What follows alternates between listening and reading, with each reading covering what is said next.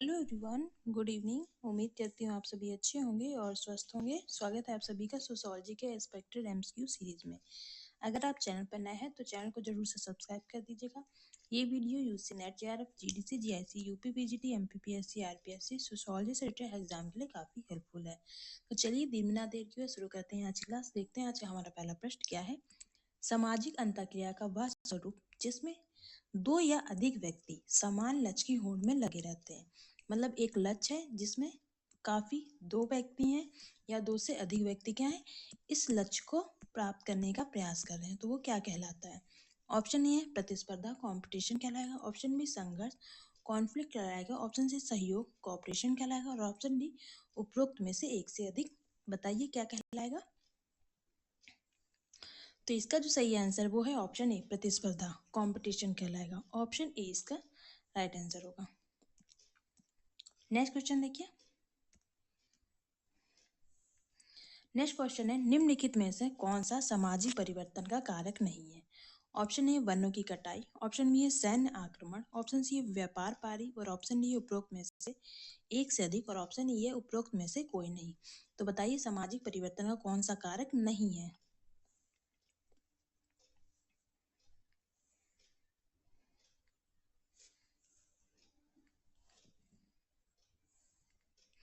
तो इसका जो सही आंसर है वो है ऑप्शन ई उपरोक्त में से कोई नहीं। वनों की कटाई, सैन्य आक्रमण और व्यापार पारी ये सभी किसी न किसी प्रकार से सामाजिक परिवर्तन के कारक माने जाएंगे। तो इसका जो सही आंसर वो है ऑप्शन ए उपरोक्त में से कोई नहीं। नेक्स्ट क्वेश्चन देखिए। नातेदारी रीति जिसमें बुआ की विशेष भूमिका होती है क्या कहलाता है। ऑप्शन ए है सहकारी, कोवेट। ऑप्शन बी है पितृस्वे, एमिटेट। ऑप्शन सी है मातुल, एवनक्यूलेट। ऑप्शन डी है उपरोक्त में से एक से अधिक।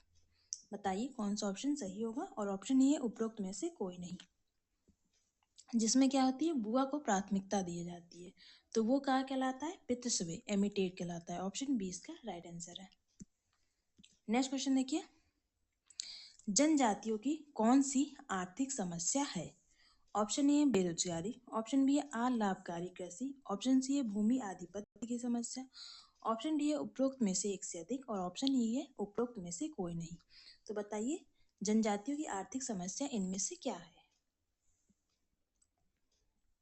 तो इसका जो सही आंसर है वो है ऑप्शन डी उपरोक्त में से एक से अधिक। बेरोजगारी, अलाभकारी कृषि और भूमि आधिपत्य ये सभी क्या है, जनजातियों की आर्थिक समस्याएं हैं, इसलिए ऑप्शन डी इसका राइट आंसर होगा। नेक्स्ट क्वेश्चन देखिए। निम्नलिखित में से कौन सी सामाजिक संस्था प्रतिस्पर्धा की भावना को प्रोत्साहित करती है।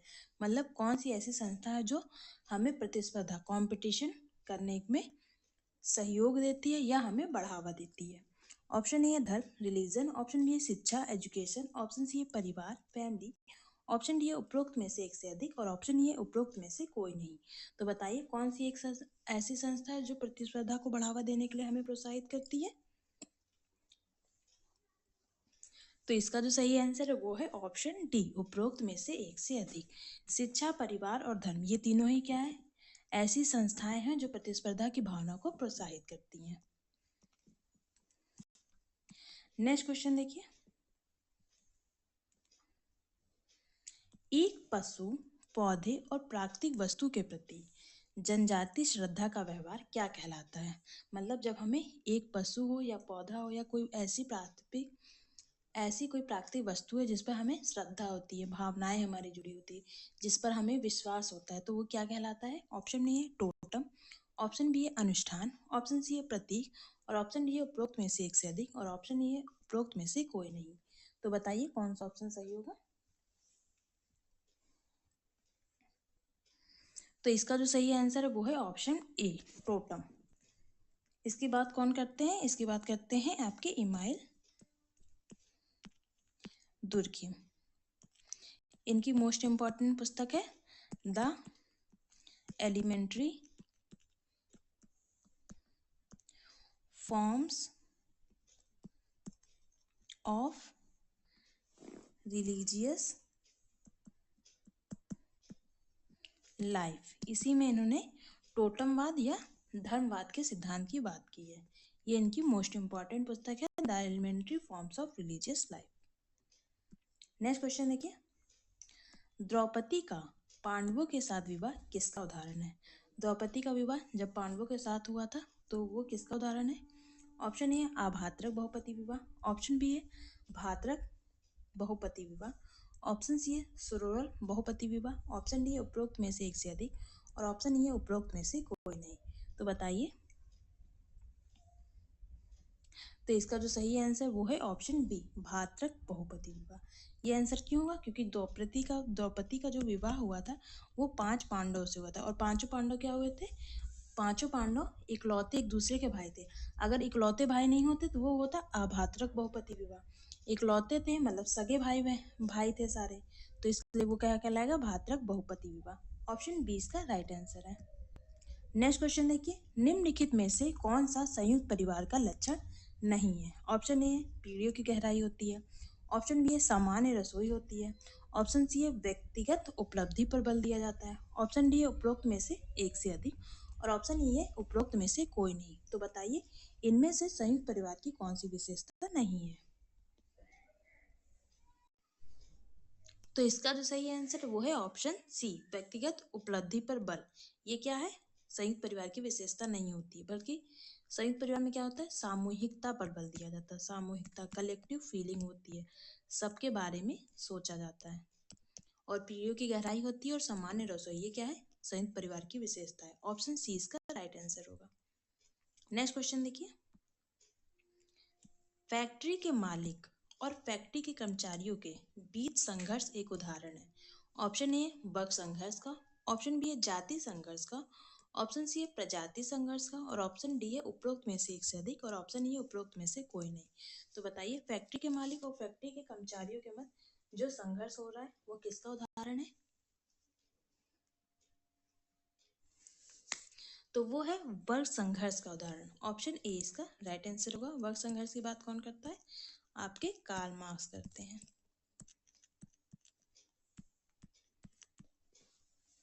नेक्स्ट क्वेश्चन देखिए, निम्नलिखित में से कौन सी विशेषता जाति व्यवस्था और वर्ग व्यवस्था में सामान्य है?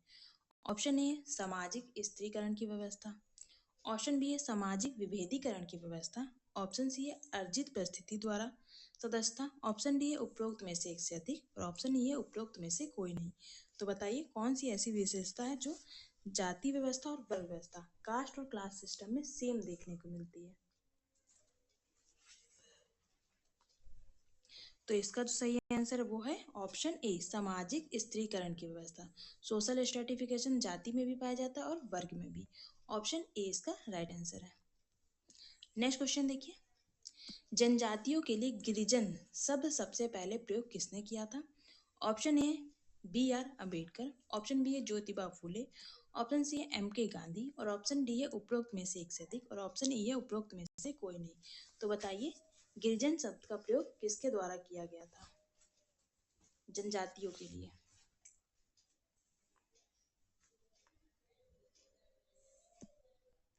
तो इसका जो सही आंसर है वो है ऑप्शन ई, उपरोक्त में से कोई नहीं।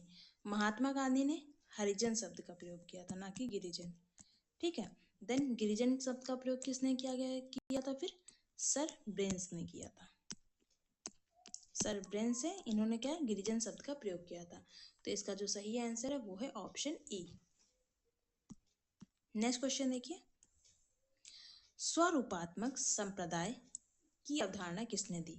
स्वरूपात्मक मतलब फॉर्मल सोशियोलॉजी से रिलेटेड इनमें से कौन है? ऑप्शन ए सी एच कुले, ऑप्शन बी है सी जिम्मेल, ऑप्शन सी है ऑगस्ट कॉम, ऑप्शन डी है उपरोक्त में से एक से अधिक, और ऑप्शन ई है उपरोक्त में से कोई नहीं। तो बताइए स्वरूपात्मक समाजशास्त्र की अवधारणा किसने दी थी? तो इसका जो सही आंसर है वो है ऑप्शन बी, जॉर्ज सिमल। ऑप्शन बी इसका राइट आंसर होगा। ऑगस्ट कॉम ने प्रत्यक्षवाद की बात की है, विज्ञानों का संस्करण दिया है। नेक्स्ट क्वेश्चन देखिए, निम्नलिखित में से कौन सा एक प्राथमिक संबंधी नहीं है? पति पत्नी, ऑप्शन ए, ऑप्शन बी है चाचा, ऑप्शन सी है भाई बहन, ऑप्शन डी है उपरोक्त में से एक से अधिक, और ऑप्शन ई है उपरोक्त में से कोई नहीं। तो बताइए प्राथमिक संबंधी इसमें से कौन सा नहीं है। तो अगर पति पत्नी देखें तो ये हमारे प्राथमिक संबंधी होते हैं, ठीक है, प्राइमरी रिलेशन होता है।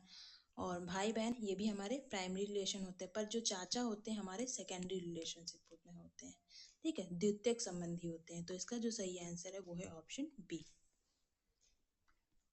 नेक्स्ट क्वेश्चन देखिए, किसने कहा है समाज सामाजिक संबंधों का जाल है। ऑप्शन ए है गिलिन और गिलिन, ऑप्शन बी है एच.एम. जॉनसन, ऑप्शन सी है मैकाइवर और पेज, ऑप्शन डी है उपरोक्त में से एक से अधिक और ऑप्शन ई है उपरोक्त में से कोई नहीं। तो बताइए समाज सामाजिक संबंधों का जाल है ये किसने कहा है। तो इसका जो सही आंसर है वो है ऑप्शन सी मैकाइवर और पेज। इनकी पुस्तक है सोसाइटी। इसी पुस्तक में इन्होंने बताया है समाज क्या है, सामाजिक संबंधों का जाल है। ऑप्शन सी इसका राइट आंसर है। नेक्स्ट क्वेश्चन देखिए, संस्कृति पर्यावरण का मानव निर्मित भाग है ये किसने कहा है। ऑप्शन ए है ए.एल. क्रोबर, ऑप्शन बी है एम.जे. हॉस्कोविट, ऑप्शन सी है रॉल्फ लिंटन और ऑप्शन डी है उपरोक्त में से एक से अधिक और ऑप्शन ई है उपरोक्त में से कोई नहीं। तो बताइए संस्कृति पर्यावरण का मानव निर्मित भाग है ये किसने कहा है। तो इसका जो सही आंसर है वो है option B M J. Herskovits. Option B इसका राइट आंसर है। नेक्स्ट क्वेश्चन देखिए, सांस्कृतिक प्रतिमान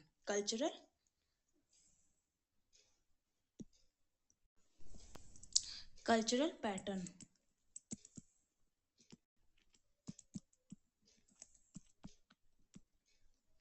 का कॉन्सेप्ट बताइए किसने दिया है। ऑप्शन ए है रुथ बेंडिक्ट, ऑप्शन बी है एसी दुबे, ऑप्शन सी है टाइलर और ऑप्शन डी है उपरोक्त में से एक से अधिक और ऑप्शन ई है उपरोक्त में से कोई नहीं।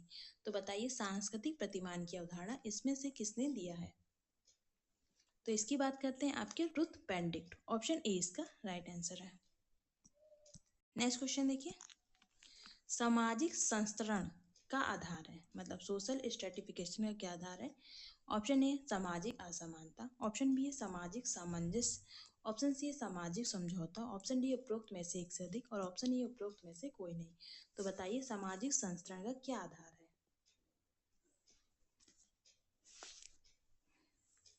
तो इसका जो आधार है सामाजिक असमानता, सोशल इनइक्वालिटी।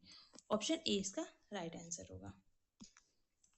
नेक्स्ट क्वेश्चन देखिए, विज्ञान का संबंध पद्धति से है ना कि विषय सामग्री से, ये कथन किसका है। Option A Stuart J, option B है किम्बल यंग, ऑप्शन सी है बोगार्ट्स, ऑप्शन डी है उपरोक्त में से एक से अधिक और ऑप्शन ई है उपरोक्त में से कोई नहीं। तो बताइए विज्ञान का संबंध पद्धति से है ना कि विषय सामग्री से, ये कथन इनमें से किसका है।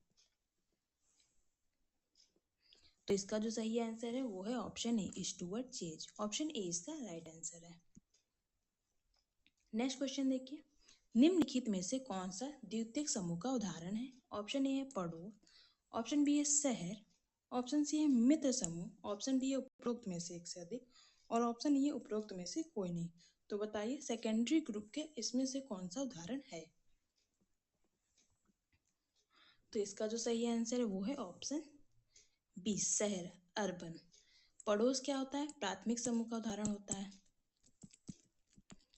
मित्र समूह भी क्या है, प्राथमिक समूह का उदाहरण है। परिवार भी क्या है, आपके प्राथमिक समूह का उदाहरण है। पर जो शहर है वो द्वितीयक समूह का उदाहरण है। ऑप्शन बी इसका राइट आंसर होगा। नेक्स्ट क्वेश्चन देखिए, निम्नलिखित में से कौन सा तत्व समाज के निर्माण का महत्वपूर्ण आधार नहीं है।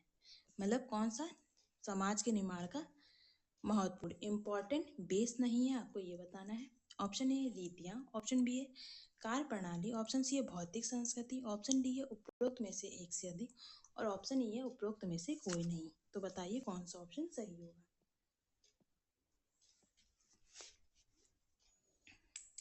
तो इसका जो सही आंसर है वो है ऑप्शन सी भौतिक संस्कृति क्या है, समाज के निर्माण का महत्वपूर्ण आधार नहीं है। जबकि रीतियाँ और कार्य प्रणाली ये तीनों क्या है, ये दोनों क्या है, समाज के निर्माण के महत्वपूर्ण आधार हैं। ऑप्शन सी इसका राइट आंसर होगा।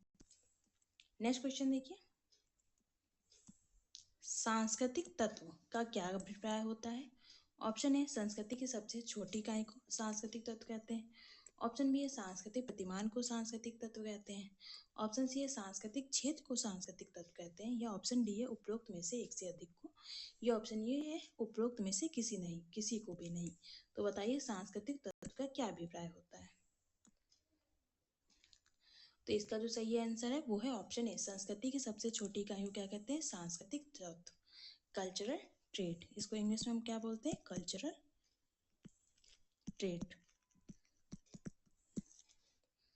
नेक्स्ट क्वेश्चन देखिए, निम्नलिखित में से कौन सा कारक पर्यावरणीय संसाधनों की क्षीणता में योगदान देता है? ऑप्शन ए जल विद्युत का उत्पादन, ऑप्शन बी है खनिजों का अत्यधिक खनन, ऑप्शन सी है वनों का संरक्षण, और ऑप्शन डी है उपरोक्त में से एक से अधिक, और ऑप्शन ई है उपरोक्त में से कोई नहीं। तो बताइए कौन सा पर्यावरणीय संसाधनों की क्षीणता में योगदान देता है।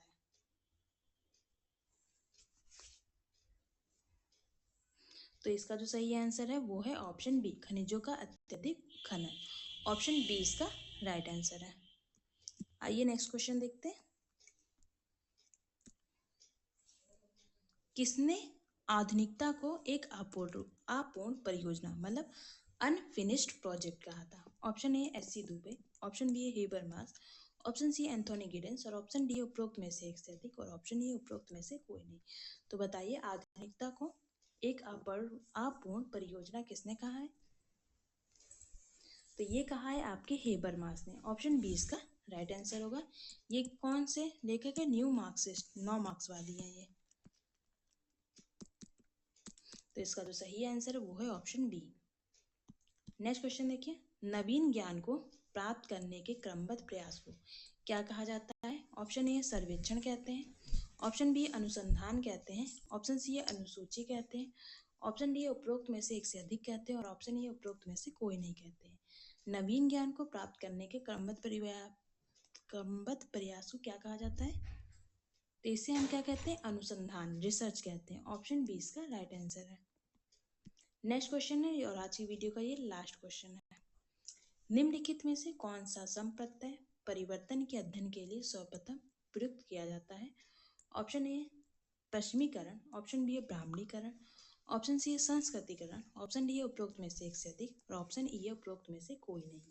तो बताइए कौन सा ऑप्शन हमारा सही होगा। तो इसका जो सही आंसर है वो है ऑप्शन बी, ब्राह्मणीकरण। ऑप्शन बी इसका राइट आंसर है। और इसी को बदल के एम.एन. श्रीनिवास में बाद में क्या दिया था? संस्कृतिकरण शब्द दिया था। तो इसका जो सही आंसर है वो है ऑप्शन बी। उम्मीद करती हूँ वीडियो आपको पसंद आई होगी, क्वेश्चन आपको अच्छे लगे होंगे। मिलते हैं कल इसी टाइम पर। Bye bye, good night, take care.